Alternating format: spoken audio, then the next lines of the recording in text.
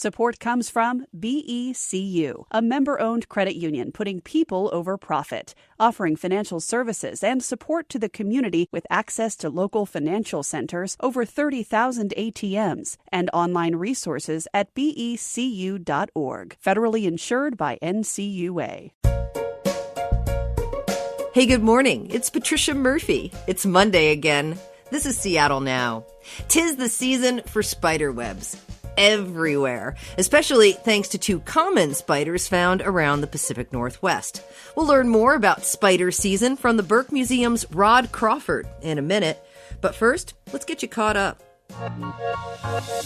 A former Boeing pilot is reportedly about to be indicted in the investigation into the fatal 737 MAX crashes that killed 346 people.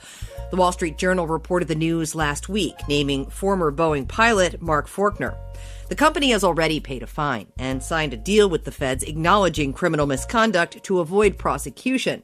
Faulkner was the chief technical pilot for the MAX and is under scrutiny for misleading regulators. The Journal says he could be charged in the coming weeks.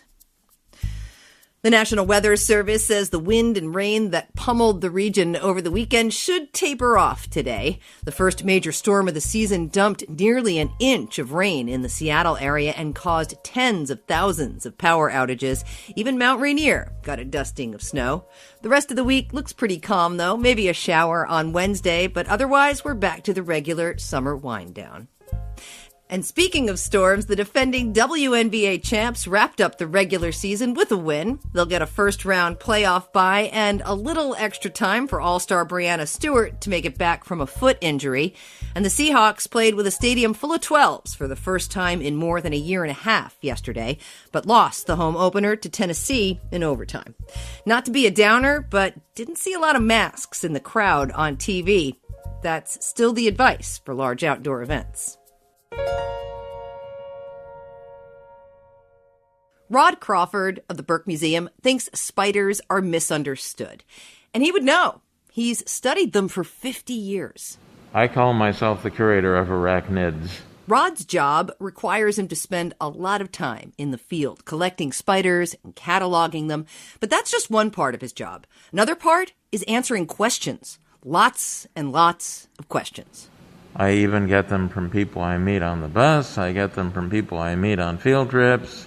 Some of the questions are pretty intelligent. Some, not so much. He also has to correct the record on some common misconceptions about spiders. A common one centers on male reproductive anatomy. When people find a spider that's conspicuously male, they'll call me up and say, "He's got these great big fangs." And I have to delicately explain that that's not quite the idea there. And because there's so much fear around our 8-legged friends, he's gotten a lot of calls to help with spider exposure therapy, too. You take a spider that is so tiny, it wouldn't trigger anyone's fears, and before you know it, the phobic person is letting them crawl around on their hand. And then you slowly work up to bigger and bigger spiders.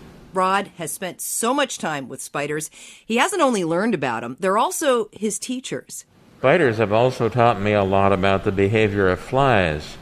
You know, it's relatively easy to catch a fly just with your hands and maybe a container if you behave like a spider. Go on. Yeah, I mean, you take a container like this glass vial I'm holding in my hand here, and suppose there was a fly right at this corner. Yeah. You approach the fly slowly, and the closer you get, the slower you go. Slowly, slowly, slowly, because the fly only reacts to movement across the facets of its compound eyes.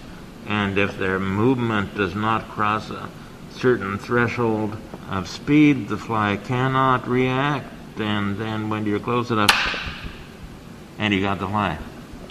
And if you have a spider to feed, that comes in handy. And now that spider season is here in the Pacific Northwest, it's the time of year he spends a lot of time spider myth busting. And actually, it's spider season here in the Pacific Northwest for only 2 spiders you're likely to find in and around your house. There's the aptly named giant house spider. An adult male is big enough to pretty much cover the palm of my hand, and frequently does. And that is big for a spider. And the European orb weaver, an invasive spider you're likely to find hanging around your yard. I sat down with Rod at the Burke Museum where I asked him if Seattle is a particularly spidery city. The Pacific Northwest is a spidery area, but only if you count small spiders. Big spiders, like the giant house spider, there are not many of those native to the Pacific Northwest. But we've got a lot of species if you count small spiders. I have been recording spiders from Washington throughout my entire career, starting with under 300 species, and I'm up to about 965 now. Wow. And counting. And I guess, what is the benefit then of having all these spiders? Well, they're all predators. Every spider that ever lived is a predator. And the main thing that most spiders are predators on is insects. And since they're generalist predators, they don't specialize individually in any given insect species. So that means you've got these millions and millions and millions of generalist predators, all with snapping jaws waiting for insects to fall into them. So insects populations are controlled mainly by spiders. And without the spiders, it would be like a plague of locusts, only with tens of thousands of insect species, not just with locusts. We couldn't survive, that's for sure. You know, I have to admit I do get a little freaked out walking this time of year, because if you get first tracks in the morning, you are definitely breaking webs as you're walking. Should I feel bad about that? Because I'm basically tearing down that spider's house. Well, it only takes a spider 20 minutes to build a new orb web. Other kinds of webs take longer to build, but the orb webs which appear across your path, that's the reason they can appear across your path, even though you're probably not the only person walking there, because they take such a short time to build. However, if you're observant, you can duck. Half a cup of coffee in, Rod. I'm not sure. I'm sorry, orb spiders. You have a busy day ahead of you. It's likely. What are they doing this time of year? Why am I noticing them so much more? Well, it depends on which one you're talking about, but the orb weavers have reached their biggest size, and that means they're more noticeable, and their webs are bigger and more out in the open. And the spiders you see making the big webs are the females. You do not notice male orb weavers because they're just little guys, and they're wandering around in the grass and on the tree trunks looking for a strand of a female's web so they can crawl out onto the web and try to interest the female in mating, which is sometimes an uphill battle. Did I hear correctly that the males don't make it out of this situation if they do mate? You did not hear correctly. Okay. It is true that occasionally a male will be really unlucky or really clumsy and get eaten, but males act as if they know that. They have all kinds of strategies to escape from a non-receptive female. And each species has its own special set of signals to let the female know, hey, you so-and-so female, I'm not lunch. I'm your boyfriend. I'm Get just looking over to it. make some time. As we're talking, Rod pulled out some glass vials to show me some spiders. The first one was the European orb weaver. So these are the spiders that I'm seeing that start out like the little size of a pencil eraser, and then they're about the size of a dime. Is that what I'm seeing outside my window? These orb spiders? Yeah, the typical non-native orb weaver, the one with the cross design on the back of the abdomen, is approximately an inch and a half of index span. whereas the adult male giant house spider can get up to 4 inches in leg span, and in that species, it's the males you're noticing. Oh, fascinating. Because they, like orb weavers, make webs, but they make a funnel web, which is very different. Seen those, yep. Very different from an orb web. Takes a lot longer to make, like weeks to complete. And, of course, since they're house spiders and houses contain human beings with brooms, the webs have to be in places that are hidden, out of reach. They're in crawl spaces, wall voids, floor voids, behind appliances, things like that.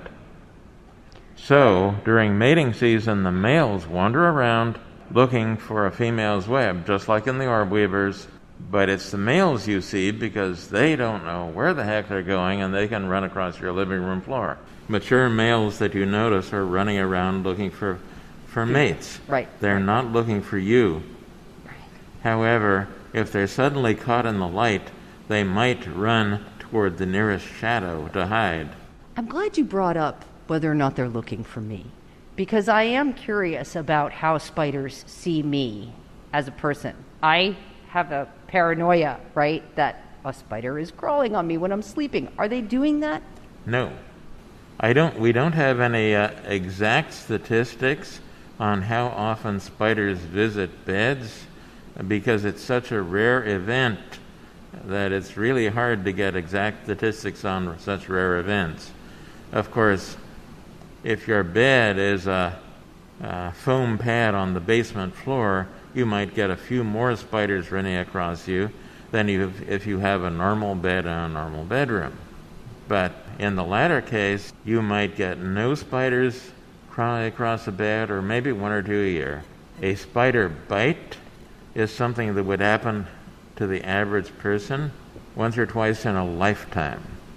I think we tend to call anything we don't identify as a mosquito bite a spider bite. If we haven't seen it, it must be a spider bite. That's the number one and also the most dangerous of all superstitions and urban legends about spiders. The idea that if you didn't see what bit you, it was a spider. And even some doctors buy into that belief. And as a result, really dangerous conditions like MRSA infections, necrotizing fasciitis, which can really kill you quick, or even skin cancer, have been misdiagnosed as spider bites and therefore never received the right treatment. And in some cases, as a result of not receiving the right treatment, the patient died. A lot of people are afraid of spiders, rationally or irrationally. Is there anything to be afraid of? No, not really. Just a bad reputation. I mean, there are a few species that you probably would not want to be bitten by. Those species do not live in the Puget Sound area.